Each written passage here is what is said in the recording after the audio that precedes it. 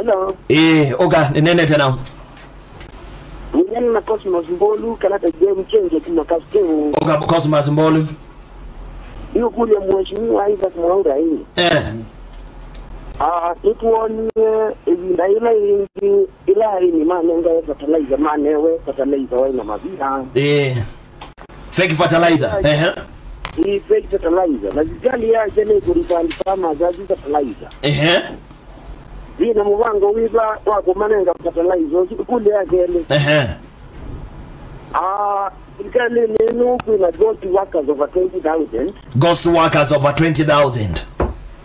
Alama ya a lot of billions neno kike mufie. Okay.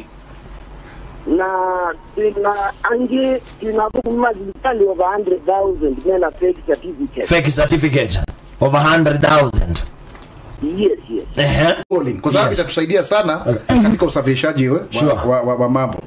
Tuje upande wa huyu Cosmos Mbolu. Kweli mambo ya fertilizer ambayo ilikuwa fake. Yes. Na tukasema tunafanya refund, hiyo mambo yanashughulikiwa. Lakini bado tunapatiana hiyo fertilizer na zaidi ya wakulima milioni 16 wameweza kujisajili na tunapatiana vouchers milioni 516. Yes. 516 million vouchers ambazo zinafaa kusaidia watu kupata hizo farm inputs. Yes. Na niseme kwamba ni kweli hili jambo la watu sio watu 20,000 watu 17 ambao wamepatikana kwamba ni ghost workers.